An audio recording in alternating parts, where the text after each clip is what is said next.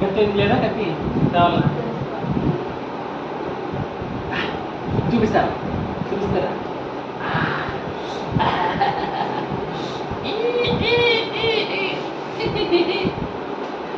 ఇస్తుంది అమ్మ కట్ చేసినాక నీకే ఇస్తుంది హ్యాపీ బర్త్డే టు మమ్మీ అని చెప్పు హ్యాపీ బర్త్డే టు యూ నీకు నువ్వే చెప్పుకో happy birthday to you happy birthday to you happy birthday to you నువ్వు పెట్టు నువ్వు చేయబెట్టు మమ్మీకి తినబెట్టు చిన్న